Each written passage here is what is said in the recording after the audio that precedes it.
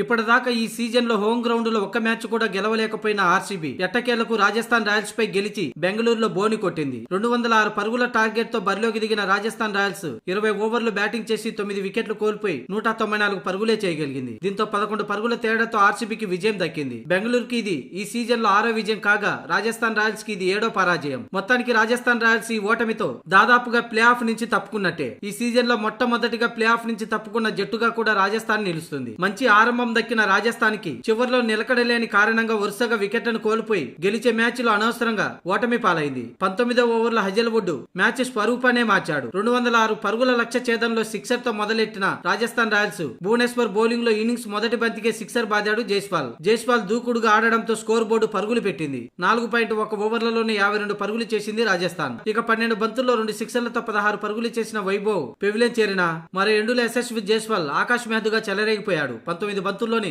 7 ఫోర్లు 3 సిక్సర్లతో 49 పరుగులు చేశాక హజల్వుడ్ బౌలింగ్ లో హాఫ్ సెంచరీకి 1 పరుగు దూరంలో అవుట్ అయ్యాడు. ఇక కెప్టెన్ రియాన్ పరాగ్ 10 బంతులు 22 పరుగులు చేసి కృణాల్ పాండ్యా బౌలింగ్ లో అవుట్ అయ్యాడు. ఆ తర్వాత నితీష్ రాణా సైతం 22 బంతులు 28 పరుగులు చేసి పెవిలియన్ చేరాడు. తొలి 10 ఓవర్లలో 118 పరుగులు చేసిన రాజస్థాన్ ఆ తర్వాత ఫినిష్ చేయడంలో చితకల పడింది. చివర్లో జూరెల్ పోరాడినప్పటికీ 19వ ఓవర్లో భారీ షాట్ కు ప్రయత్నించి హజల్వుడ్ బౌలింగ్ లో క్యాచ్ ఇచ్చి అవుట్ అయ్యాడు. భువనేశ్వర్ వేసిన 18వ ఓవర్లో 22 పరుగులు రావడంతో రాజస్థాన్ ఈ మ్యాచ్ ఈజీగా గెలుస్తుంది అనుకున్నారు. కానీ ఒక్కసారిగా 19వ ఓవర్లో హెజల్వుడ్ బౌలింగ్ కి రావటం, ధ్రువ్ జూరెల్ అలాగే ఆర్చర్ ను అవుట్ చేయటం మ్యాచ్ స్వరూపమే మారిపోయింది. 9 బంతుల్లో 17 పరుగులు అవసరమైన చోట ఈ 2 వికెట్లను కోల్పోవటం రాజస్థాన్ ఓటమి ఖాయమైపోయింది. అప్పటికే 34 బంతుల్లో 47 పరుగులు చేశాడు ధ్రువ్ జూరెల్. ఇక చివరి ఓవర్లో 5 పరుగులే వచ్చాయి. మొత్తానికి 9 వికెట్లు కోల్పోయి 194 పరుగులే చేసింది రాజస్థాన్ రాయల్స్. దీంతో ఆర్సీబీ 11 పరుగుల తేడాతో గెలిచింది. అంతకుముందు ఆర్సీబీ 5 వికెట్లు కోల్పోయి 205 పరుగులు చేసింది. ఓపెనర్లు మంచి స్టార్ట్ అందుకున్నారు. తొలి వికెట్ కు 61 పరుగులు జోడించారు. ఇక ఆ తర్వాత విరాట్ కోహ్లీ 42 బంతుల్లో 70 పరుగులు చేయగా